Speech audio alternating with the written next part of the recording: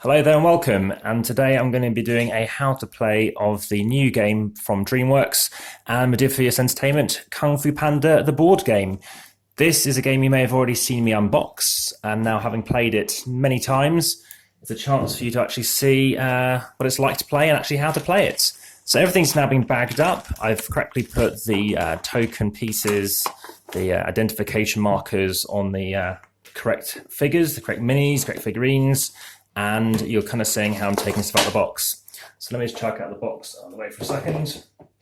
And this is, if you haven't watched the unboxing video, it's a 2 to 4 player game. You can play it in a single game, which is just one mission. You can play it in an adventure, which is going to be 3 missions, which are basically back to back.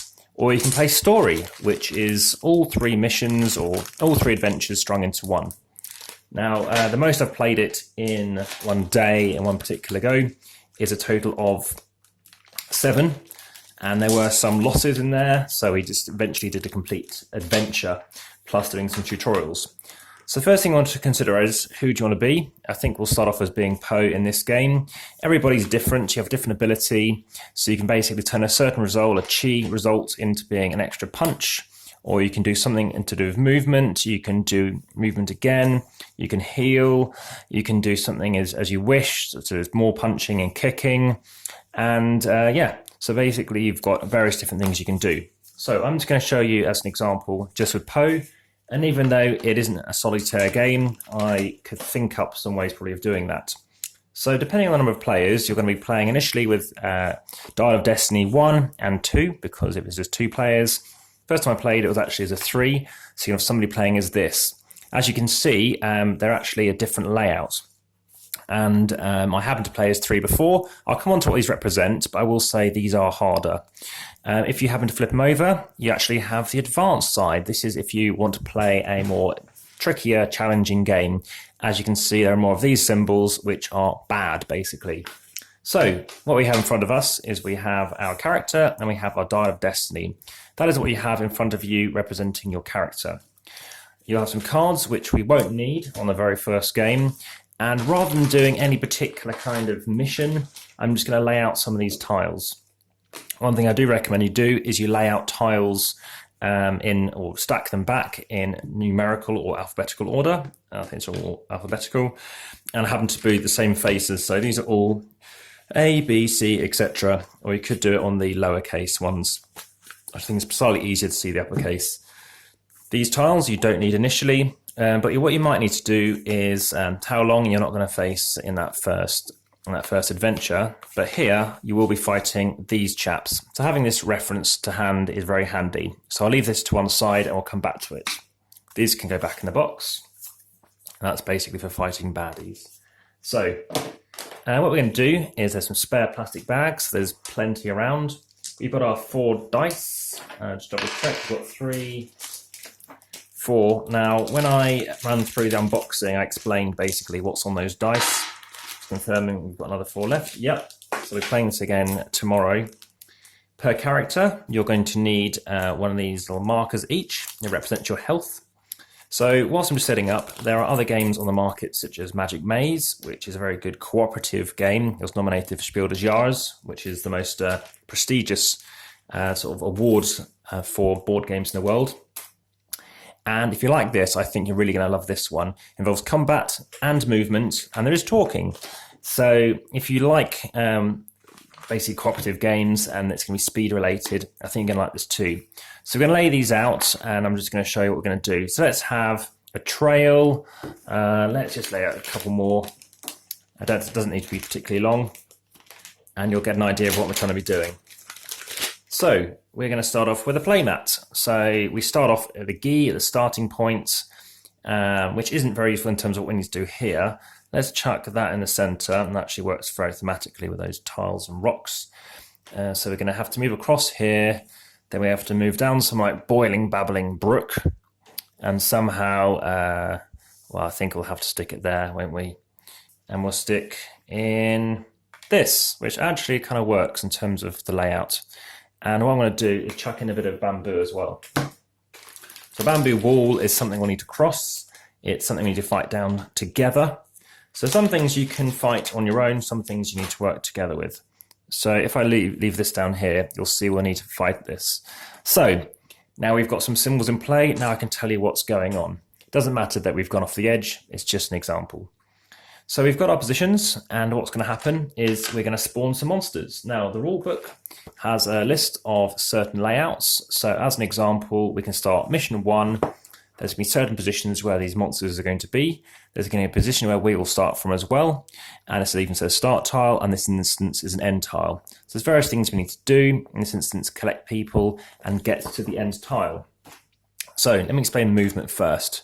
To move, we're going to start here.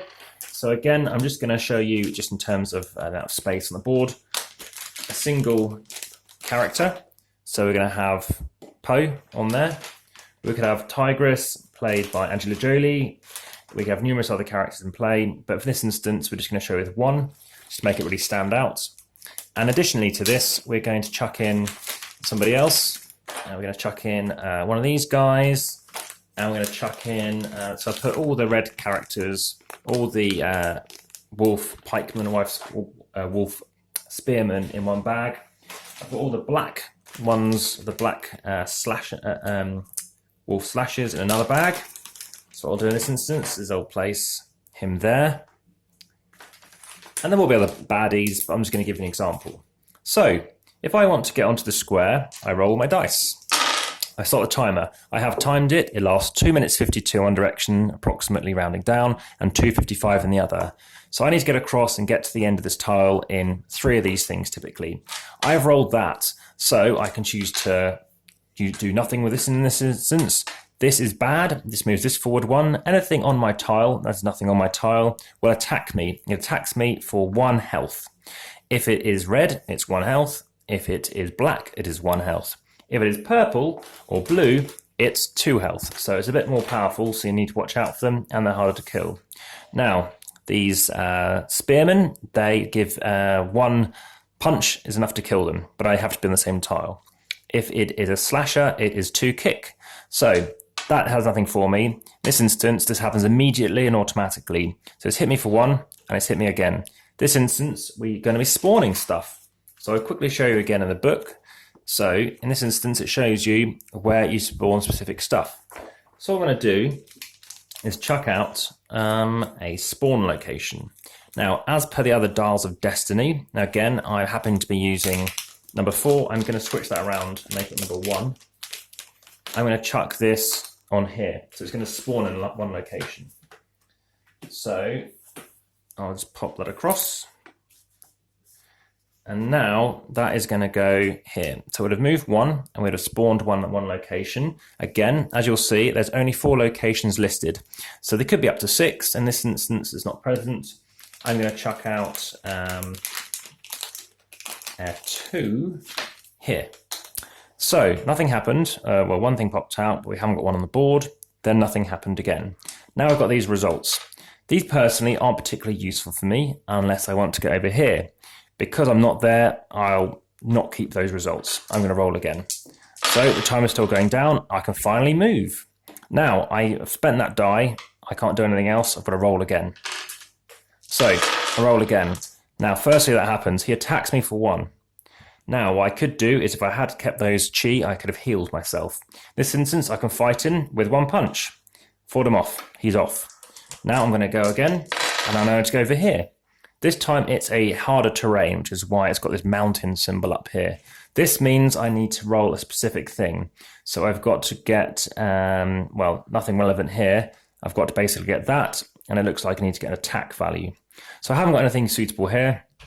So what I do is I need to roll again. So I've now got this, I've got enough to get in there. So now I'm in. If I happen to have a person left here, I need to get that plus an additional movement, just to force my way past them. If there are 2 more, I need another one. So for every person, you need an additional movement die to get across. So he's come off, I'm now on this tile, I can now fight him. Do I have enough to fight him? I do, I have 2 kick. He's off, and now I can try to get here. I think I hadn't moved this one. He spawns, so I get a slasher over there. I just need a symbol called plus, I want to avoid this bit, so let's try and get past. Now, this is why I could be working together. I roll. This time I get not much of use. I need a kick. So let me turn this around to show you. I need a kick.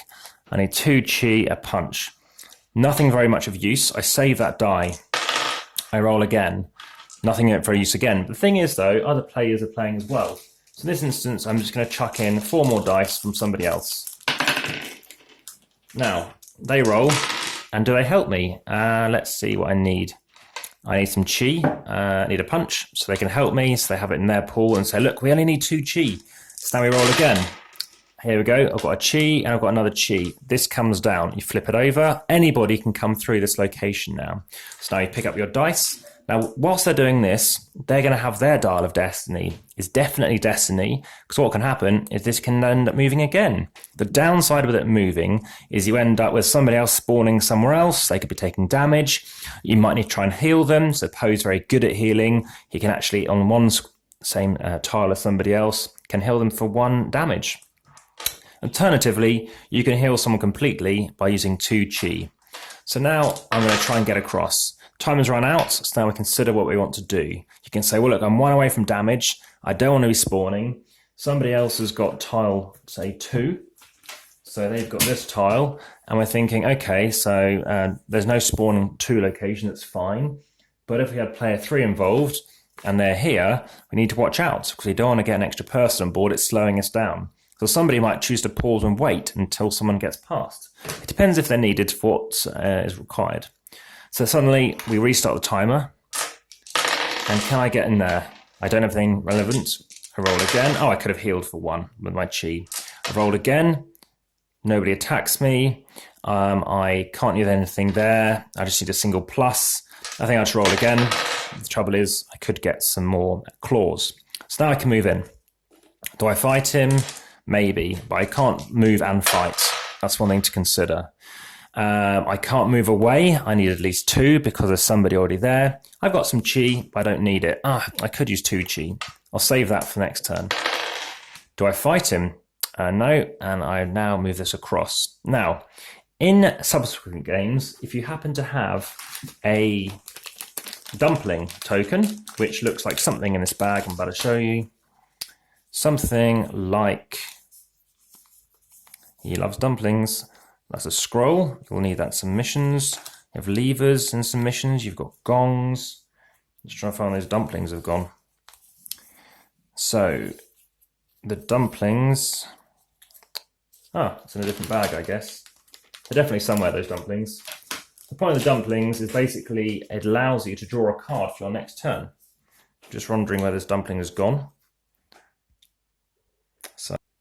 So the dumplings are here. So if you happen to, you normally have to go out of your way, so maybe there's a tile up here, it doesn't help you get to the end. If you can pick that up, so you need to roll 2 chi to get that in play, what happens is on your next game, you're going to draw some cards. I'll show you those in a minute, but for the time being, we're against the clock. So I'll keep those back and try and get what's needed.